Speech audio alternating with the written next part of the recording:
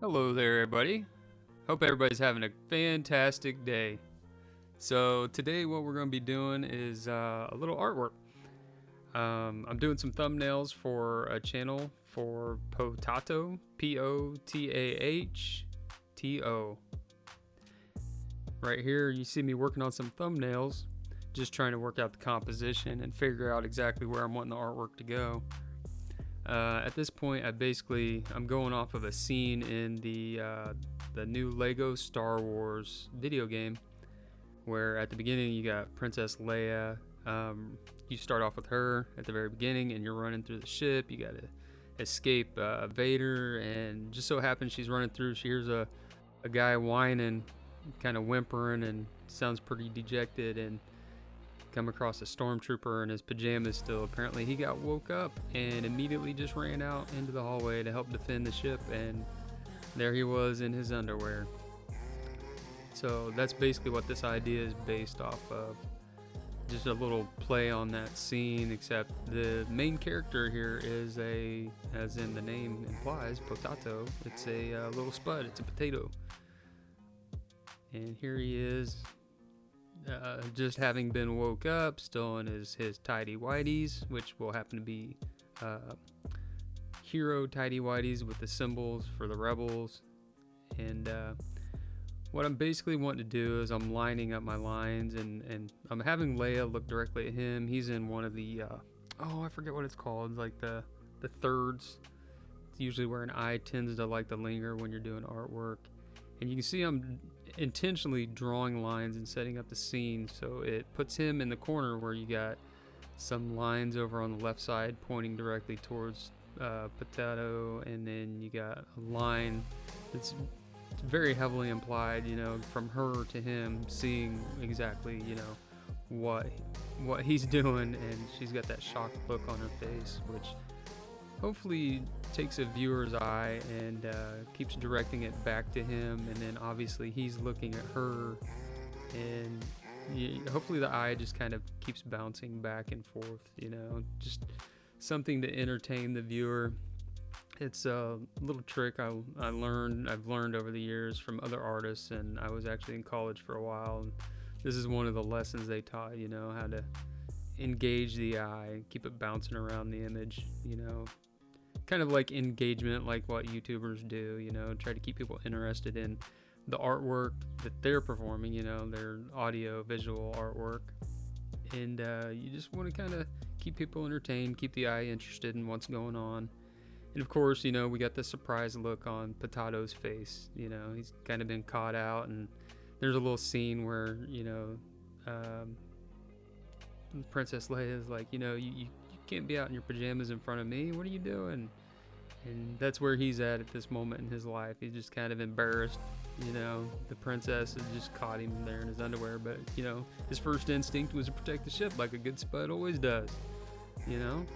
So here we switch over to Krita, or Krita. I'm not sure how to pronounce it. I've gotten away from Photoshop. I don't like their business practices. I don't like the fact that they gatekeep you from using their programs nowadays. It used to be you could buy it just outright and you could use it however you wanted, whenever you wanted, Nowadays they have this whole subscription model, which I just think is a foul business practice. I don't like it, and I'm not going to support them. The price isn't outrageous, but over the years, it's a business model that makes them richer. They haven't done it for the customer. They've done it for themselves. Unless maybe you're a huge business. I don't know if it actually helps them out. Because I know when I was in college, they actually gave us Photoshop and stuff for free, the whole Creative Suite, which was pretty nice, and that's what I got used to. So switching over to Krita has been an interesting journey for me. It's actually pretty intuitive. Most of the stuff that you learn about and in Photoshop transfers over pretty seamlessly to Krita. It's just maybe not quite as polished. Most of the tools and everything function pretty well. I'm using an Intuos 4 to draw this image, which I love my Intuos products. I've had a Cintiq. I like those, but just the drawing pads are much more convenient. I'm just going in here and I'm drawing a bunch of lines. Obviously, I'm keeping my lines. If you notice, the lines on Lego Princess Leia are a lot bigger and thicker, even than the ones on my main character, which is Potato, there in the middle, or off to the left side.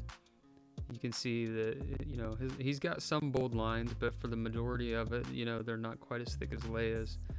I'm trying to create a sense of weight and depth in the picture, and I'm keeping it all real loose. Real loose is the idea, I don't want it to look super polished. I want it to look kind of cartoony, loose, sketchy, nothing too fancy. It's just a type of style that I'm kind of going for in this image. And in the background, you notice all the lines are much, much thinner, uniformly thinner than either on Potato or on Princess Leia. That hopefully, it's just an artist's way of helping to direct a viewer's eye on what's important and what's not important. If you have everything the same width, like all the lines are the same width and the same weight, then it just gets boring and people don't really know exactly what they're supposed to look at or what is the interesting theme. Whenever you're drawing a picture, you're telling a story within a story. You want to leave enough ambiguity so that people can come to their own conclusions, because that's fun for people to do. But you also want to intentionally, imply a story. That way that, it's coherent and it holds together as a whole. And you can see here I'm using a few tools to adjust the little hero symbol. That way we can put that on his underwear. And I just made some duplicate layers so I could make more and just transfer them around. Now if you see here, I'm outlining the actual Potato, like all the stuff that I want to be brown. I'm outlining it and I just filled it, which leaves, at least in Krita, it leaves this line. I haven't learned how to adjust that yet. I'm sure there is a way to adjust it so that you don't have those lines, but that's what I'm doing right here. In other videos, I show how to use the what in Photoshop it's called the lasso tool. I think in Krita it's just the freehand selection tool, something like that, which is really easy to use, pretty intuitive. Just for some reason I like doing it with the actual brush and then filling that in. It doesn't really matter. It's just easier because I can adjust how hard I'm pressing with my brush at the time, my Intuos pen. That way I can stay within the lines. I don't go outside of them very often. Now with the selection tool, there's a little wiggle room, because if you don't stay exactly on your brush lines, if that's the type of art you're doing, then you can end up, see, like right here I'm using the selection tool and I'm trying to stay within the lines, and it's real easy to adjust. If you do go outside the lines, you can erase it essentially by holding down Alt while still using the tool, and then you circle the area that you want gone, and Alt will subtract that from your total selection. And if you want to add more, you will hold down Shift, and that will add more to your total selection. So it's pretty intuitive, especially when I'm using different layers here. As you notice, you can see the selection tool on Potato's forehead there, and I'm not creating any gray lines because that's the color I'm using, or the lack of color. It's a shade I'm using, and it didn't put any of that on his forehead because they're on different layers, which is a very good habit to get into in whatever digital program you're using. I'm not familiar with a whole lot of them, just mostly Photoshop, and I've been learning Krita. So far, I've really enjoyed Krita. It's been a pretty good tool, and the fact that it's free is fantastic. It's a great place for future artists to start, and I hope more people, I hope it gets better and better, so like Adobe kind of loses their grip on the digital world. Nothing against the employees that work there or anything like that. I just really dislike the business practices. It just seems a bit scummy to me that they switch to that subscription model. I know there's a lot of people that agree with me, but I'm sure some people find the subscription model convenient, and that's okay. If that's their preference, that's on them. It just isn't mine. Everybody can have their own differences, agree to disagree, I suppose. But as you see here now, I'm just going through, kind of doing the filling in with the brush again, and I'm gonna just color that in. It's a little easier. You don't always have to use the fill and I just went in there and selected it so I could kind of change the color a bit. I thought it was too dark. In the game itself, the trooper kind of has like these red, dark maroon pajamas with like a pink accent for all the I guess they'd be the hero emblems or rebel emblem. I'm not entirely sure. And right here, I'm trying to give Leia the whole Lego skin look, but if you'll see, I felt like I made her too gray, too dark. So I'll go in and add like more of a fleshy tone. I take a couple attempts here trying to figure out what seems right, you know, because usually in your foreground you want things to be a bit darker, but you know, she is more of a, you know, pink skinned, you know, kind of tone. And I'm just trying to go in here and get some highlights. I wasn't sure how strong I wanted them to be, so I ended up going with the soft brush there. As you'll see, I use the hard brush quite a bit in this image, mostly because all the Lego characters, you know, they have a bunch of gradients, obviously, but they also have a bunch of hard lines, you know, because of their plastic. So to give that effect, you use a lot of hard lines and some gradients in there. I didn't go crazy with it, you know, because I'm not trying to make it a, you know, realistic.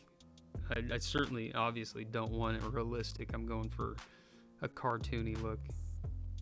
For me, it's just more interesting, more fun. Adding a little bit more highlight because the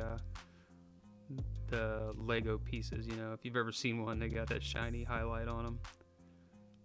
Now, if you notice what I did with her hand, I got it directed at him, and I even put like a little on her arm wrist there. It kind of maybe looks a little out of place, but it's even like a little arrow pointing at Potato instead of just making like something realistic. And sometimes you got to do that, you know, you veer away from realism to help direct the eye at what you find interesting. You know, as the artist, you have to pick and choose what you want people to see. I mean, they're going to see whatever they see when they look at your image, but you can kind of help it along and kind of push it towards a certain direction. And now I'm just kind of going through and doing some finishing details. I'm not going to do anything highly detailed on the wall behind, you know, it's all going to be kind of faded and vague. Just doing some of the typical designs and look that you would see on one of these ships if you were actually playing the game or watching the movie, you know. But I want it to be kind of obscure in the background, more to imply the details and the ship itself rather than actually emulate it 100%, because that would just push me too far towards realism, and it would also take away from the characters themselves, which I find much more important than the background details. Unlike some people where they thrive on the details in every aspect of the image, like this is just going to be a thumbnail for a video. I just wanted to make its point and then kind of get out of the way, you know, just draw some attention so people would be like, what's this? And then that's it. Well, I hope this has at least been helpful for some of you, and if you enjoyed it, please leave me a like, and I'm going to be doing plenty more of these if you guys want to subscribe. So enjoy and have a great day. Take care. Bye-bye.